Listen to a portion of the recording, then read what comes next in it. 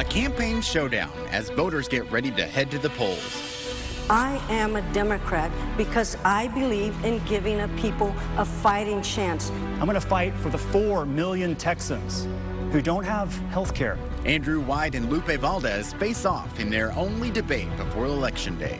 What they're saying to win your vote and why the race may be closer than most people expected. The North Koreans have a track record of deception, and they're a brutal regime and not very trustworthy. Texas congressmen have words of caution for President Trump as he prepares to meet with North Korea's leader. What they expect from the meeting and why they're raising concerns now.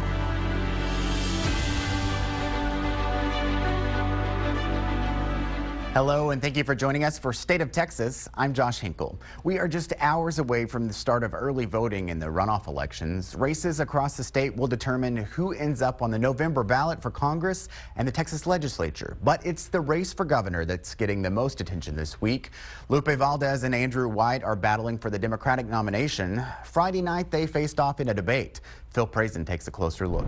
We're here at St. James Episcopal Church in Austin just after the Democratic debate for governor, and workers here are taking down the debate equipment around us. But we're joined by Mike Ward from the Houston Chronicle, political reporter over there. How are you? Thanks for joining us. Sure. Let's just start with, so Lupe Valdez came in as somewhat of the front runner. Do you think that she remains the front runner after this debate?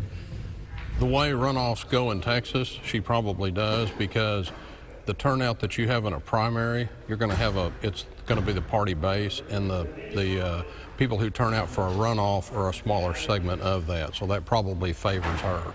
And so what did Andrew White have to do today to get the lead, and do you think that he did it? He had to make points on a number of issues. He had to get his message out there, and most important, he had to get his name out there, and he did all three. The sheriff had to do the same thing, and she did the same. She did that. So, you know, both of the campaigns after the debate were saying that they thought it was successful. So, you know, here we go. Andrew White personally is pro-life. Do you think that he explained his views in a way that liberal Democrats would at least listen to him? Andrew, you've implied that women that have had an abortion do not respect life. I've not implied that. Well, you've said in your own personal beliefs. Those are my personal beliefs, absolutely. So that implies that other people that don't agree with you do not respect life? I respect people who don't agree with me. Andrew, you owe an apology to these women. Listen, I absolutely... Wait, hold on. Yeah. Please. Let me say this. I know there's a theatrical aspect to this and to what you just said, but what you just said had nothing to do with what I have been saying.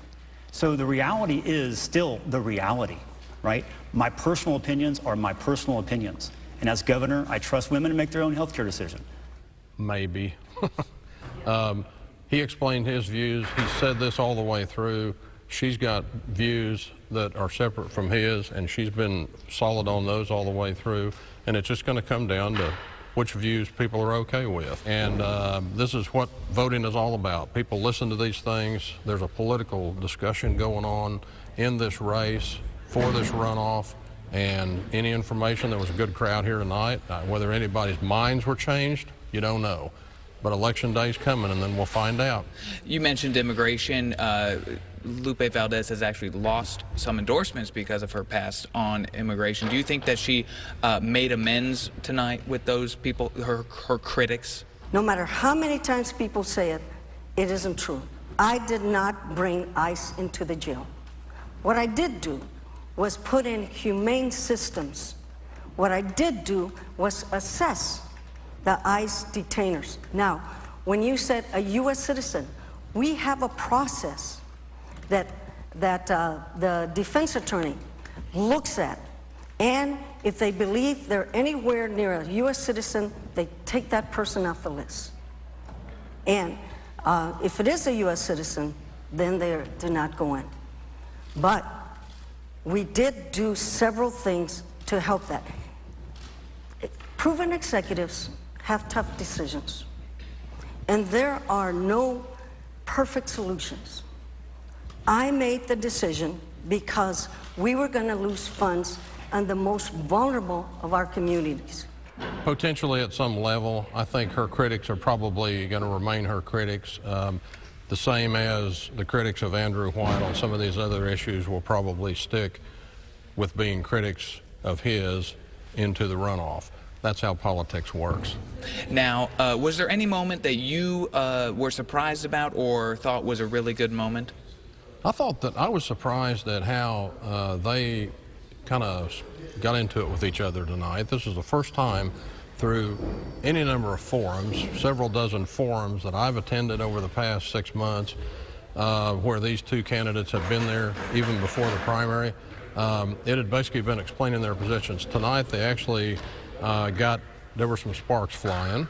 And do you think either one of these people can effectively take on Governor Greg Abbott with his $40 million just waiting? Well, that's the big question. And after the debate tonight, both of them said that they think they're the candidate who can best Abbott no matter how much money he has. So only time's going to tell on that one. Well, thanks, Mike. Sure. The winner in the Democratic primary will face incumbent Republican Greg Abbott in November, and they'll be an underdog. A Quinnipiac University poll looked at how both Democrats stacked up against Abbott. The poll put Valdez 9 points behind the governor. White fared slightly better, trailing by 7 points. But Governor Abbott is already campaigning as if Valdez is the Democratic nominee. Last week, his campaign team launched an attack website aimed at Valdez. The site features a video calling Valdez too liberal for Texas. It cites her Planned Parenthood endorsements and her proposal to reverse Abbott's sanctuary cities ban. So why is the governor already campaigning against Valdez when the nomination is still up for grabs? We put the question to our roundtable. And he's doing what he can to elevate her and make it look like it's already a one-on-one race. A deeper look at the runoffs and why some underdog candidates may have a stronger chance this election. A Texas lawmaker finds himself in a tense situation in the Middle East. There was a lot of military present, and the settlers in that area were saying that, you know, it was clear that something was different. The trip that put him on the edge of a war zone when a big announcement came from Washington. You're watching State of Texas.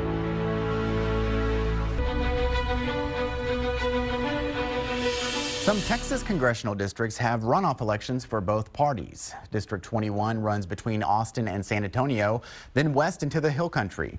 Former federal prosecutor and former Ted Cruz staffer Chip Roy faces businessman Matt McCall in the Republican runoff. On the Democratic side, math teacher and minister Mary Wilson is in the runoff against West Point grad and Army veteran Joseph Kopser. The four candidates running in District 27 face not only the May runoff, but a special election in just a few weeks. Former Nueces County Constable Roy Barrera is going up against former congressional staffer Eric Holgan on the Democratic side. For the GOP, State Republican Executive Committee member Michael Cloud faces former Water Development Board Chairman Beck Brune. The seat is vacant after Congressman Blake Farenthold resigned amid allegations of sexual harassment. Governor Greg Abbott called a June 30th special election to fill the seat. For some insight into the runoffs, we go to our roundtable. Phil Prazen is our political reporter, and Patrick Svitek covers politics for the Texas Tribune. Welcome. Thanks. Thanks. So the runoff for Blake Farenthold's seat, there are 9 people that are running for this. 4 of them are the men in the Republican runoff. Why even have an election? Why not wait till November? That's been, I guess, the big question that a lot of people are asking. Governor Abbott called a special election because of really Hurricane Harvey. He says that somebody needs to be in this seat as soon as possible so they can go ask for money from the federal government when Hurricane Harvey, when the rebuild is going on. Yeah. Is that really going to do much good? I mean, they'll only be in that position for a matter of months. Yeah, it's not like there are any critical Harvey relief votes coming up where it's going to come down to that one congressman from Corpus Christi. I think it was more of a optical consideration in some ways. If Abbott, you know, either way, there was going to be some criticism of his decision. If he waited until November to have it, there would have been some voices who would have said, why not have it right away because of this area is still dealing with Hurricane Harvey. And now he obviously is facing some critics for having it this early, saying that there's going to be an additional taxpayer cost. And so I think he had 2 kind of difficult options or bad options to make there. Yeah. So District 21 is another big race. I think it's going to be interesting. Runoffs are very low turnout, so I guess it's really just whoever side shows up the most wins. And Matt McCall's ran several times in that district. He's the Republican running against Chip Roy. And so he does have a name ID, and some people think that he's Michael McCall. And so having a similar name somewhat helps him out in that. But Chip Roy certainly has a lot of the money. But this is a election season where money doesn't always equal results. It helps, but you know, Mary Wilson on the Democratic side beat Joseph Kopser with, you know, dozens of dollars, right? Compared to Joseph Kopser's, you know, hundreds of thousands. What do you think? Yeah, I agree with Phil. I mean, you've got two very traditional frontrunners here in Chip Roy and Joseph Kopser in terms of fundraising, in terms of endorsement, in terms of the organization they've built and the campaigns they're running. And then you have two opponents in Mary Wilson and Matt McCall who are a little less conventional, clearly not raising as much money, stylistically a little different on the campaign trail, in some cases not as polished. People obviously are into that right now, you know, the kind of that sense of authenticity. And so I think that, again, it's fair to call Chip Roy and Joseph Kopser frontrunners, but there's the big asterisk on it is that they're both facing runoff opponents who I think are very unconventional in some ways, and have already, at least in Mary Wilson's case, have shown the capacity to surprise. And it's really, you know, after 2016, you know, everybody needs to stop making predictions, right? The front runners, you know, don't always stay the front runners, and it's just going to be really interesting to watch. Yeah. Well, you know, interesting to watch. Let's talk about the governor's race. Governor Abbott, you know, a shoe-in for the Republican nomination and likely the governorship. He's already, you know, have this website that's going up against Lupe Valdez, and she hasn't even won the Democratic runoff yet. Why so soon? Well, there's really, I think, two theories on this. I mean, and it depends who you talk to. Either the governor wants to face Lupe Valdez, or the governor wants to face Andrew White, and so he's making calculations to kind of one, start early on somebody, or make it look like he's in the tank for Andrew White and hopefully, you know, get one or the other elected. I don't know what you think. I think I would go with one of those theories. He absolutely wants to face Lupe Valdez. Yeah. And he's doing what he can to elevate her and make it look like it's already a one-on-one race. And I don't know necessarily if he's doing that because he's, you know, scared of Andrew White or thinks that Andrew White would be a more formidable opponent, but I think that he's seen the struggles that Lupe Valdez has had on the campaign trail, you know, probably hoping that if she's a nominee that she would continue to struggle, and therefore he would be able to have the widest, you know, possible margin over her. And so I think that some of these efforts that you've seen by him to kind of elevate her and treat her as already the presumptive nominee is an effort to kind of push her over the finish line in some ways. Yeah, just a few seconds left. Andrew White has picked up some key endorsements in the past few weeks. Is it enough to push him over the edge for the runoff? It's at least enough to make him a viable candidate for the people who vote on the far left, like the Austin Chronicle not endorsing Lupe Valdez is a big deal, and then Jolt Texas, the Hispanic voter outreach group, endorsed him over Lupe Valdez, which was a big surprise to people. Yeah. All right. Phil, Patrick, thank you very much. The entire world should be hopeful that these conversations go well. The countdown is on for President Trump's summit with North Korea's leader, and Texas congressmen are weighing in. He needs to assure us that we're not just getting a statement of principles or some happy talk. Hear the hopes and concerns coming from Lone Star leaders. It was clearly quite a tense situation up there. On the edge of a war zone, how a state lawmaker ended up a little closer than he expected to one of the big stories of the week.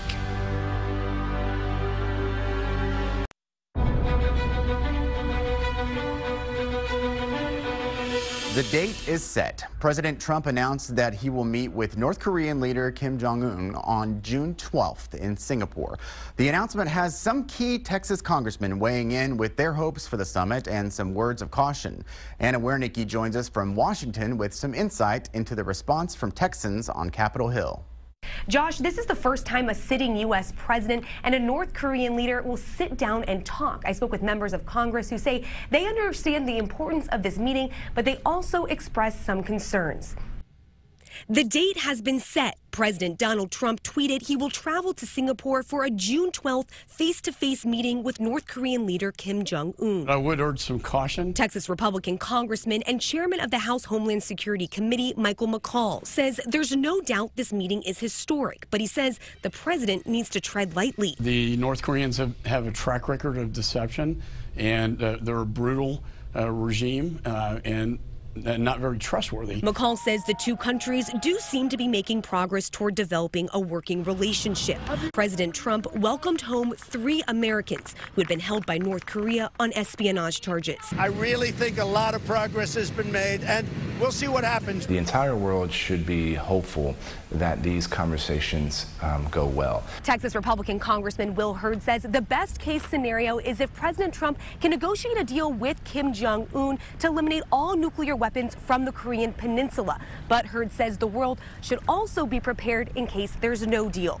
Do not give up the leverage that we have until we're able to verify that he is indeed closing down his nuclear sites. Texas Democrat Lloyd Doggett agrees. He needs to assure us that we're not just getting a statement of principles or some happy talk, but that we have verifiable, intrusive inspections of North Korea to assure that those weapons are gone. President Trump said last month that if the meeting is not fruitful, he will respectfully leave. In Washington, I'm Anna Warnicki for State of Texas. Thanks, Anna. The North Korea deal was one of the 2 major foreign policy announcements this week. The other, President Trump's announcement that the U.S. would pull out of the Iran nuclear agreement. We found out that one Central Texas lawmaker was in the Middle East as that announcement was made. Brittany Glass spoke to Representative Tony Dale about the reaction he saw near the Syrian border. That's exactly right, Josh. Representative Dale was on an official trip to the Middle East, and that put him a little closer than he expected to one of the big stories of the week. As a new member of the Texas House Cybersecurity Select Committee, Republican Representative Tony Dale is in Jerusalem. We're here meeting with Israeli experts on cybersecurity and homeland security, learning about the challenges that they face on a daily basis. Although his trip was planned, the timing alongside President Trump's announcement Tuesday was not. Dale says he was touring the border between Israel and Syria. It was clearly quite a tense situation up there, and there was a lot of military present. And the settlers in that area were saying that, you know, it was clear that something was different and that the military was taking precautions which were rather unusual. And within about 2 hours after leaving there, the U.S. State Department issued a warning for Americans not to travel to the Golan Heights. What Dale says was probably a wise decision. Hours later, he returned safely to his hotel. I'm right outside the old city, and I know that folks were preparing for any sort of reaction that may come from that. We've seen nothing here so far, so you know, it's quiet. Seems like a normal night in Jerusalem. All things considered, Dale says President Trump made the right move.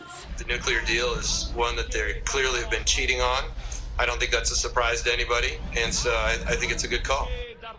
Of course, not everyone feels that way. Critics of President Trump, like Congressman Lloyd Doggett, argue that pulling out of the Iran deal could damage our country's reputation. Brittany, I think a lot of people still aren't clear on why a state lawmaker would be on an international trip, and this wasn't a Texas government trip, so what's the deal? Well, in addition to serving on the Texas House of Representatives Cybersecurity Select Committee, Dale is also the National Homeland Security Task Force chair for a group called the American Legislative Exchange Council. That's the group that brought him to Israel, and there is no cost to taxpayers. Were there other Texas lawmakers on this trip?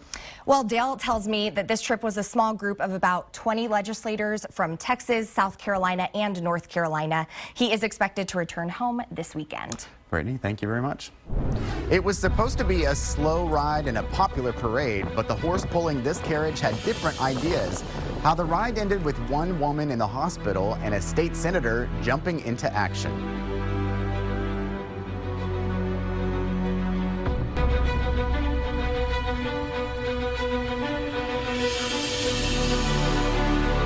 The issue of gun rights and gun reform is playing a role in the runoff for one state house race. District 46 covers parts of Austin and Travis County. It traditionally goes to Democratic candidates. The two Democrats vying for the nomination faced off in a debate on Monday. Both Cheryl Cole and Chito Vela talked about how to make gun reform a bipartisan issue in a Republican-controlled state. Assault weapons ban, I think we have to go back to that. We've done it before on the federal level, and it's going to be tough in the state, no question about it. But as Democrats, everything that we do as Democrats is going to be difficult. Cole said that she'd look for common ground but still fight to stop efforts to loosen gun laws in Texas. And I don't believe that Republicans want to see children die. And I think you just got to put that to them straight and kind of win the factual war. And if you don't, you just filibuster. The winner in the District 46 runoff will take on Republican Gabrielle Nila in November.